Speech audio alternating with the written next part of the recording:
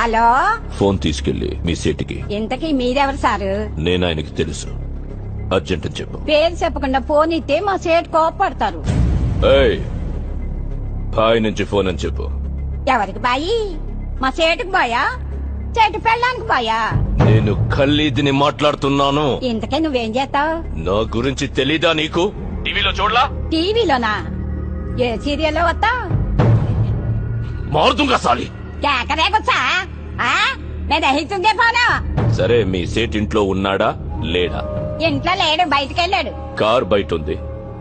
నా మనిషి బయటే ఉన్నాడు. నోరు మూసుకొని సేటికి ఫోన్ ఇవ్వు. మా సేటికి 10 కార్లున్నాయి.